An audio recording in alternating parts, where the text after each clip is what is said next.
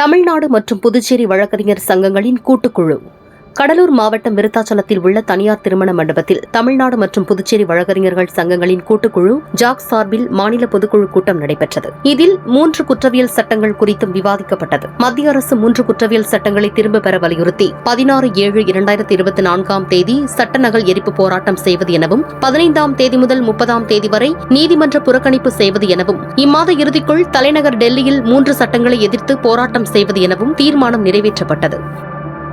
அந்த எம்பிகளை சந்தித்து நம்முடைய கோரிக்கைகளை கொடுப்போம். அதே போல மிக முக்கியமான முதலமைச்சரை சந்திக்க வேண்டியது.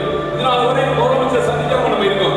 முதலமைச்சரை சந்தித்து அவருக்கு அதிகாரம் இருக்கும் பட்சத்தில் 6 மாத காலமாவது சட்டத்தை நிறுத்தி வைக்கணும். ஏன்னா சட்டத்தை வழக்கு பதிவு பண்ணிட்டு இருக்காங்க புதிய சட்டங்கள்ல. அப்ப அது நமக்கு பேராபத்தை ஏற்படுத்தும்.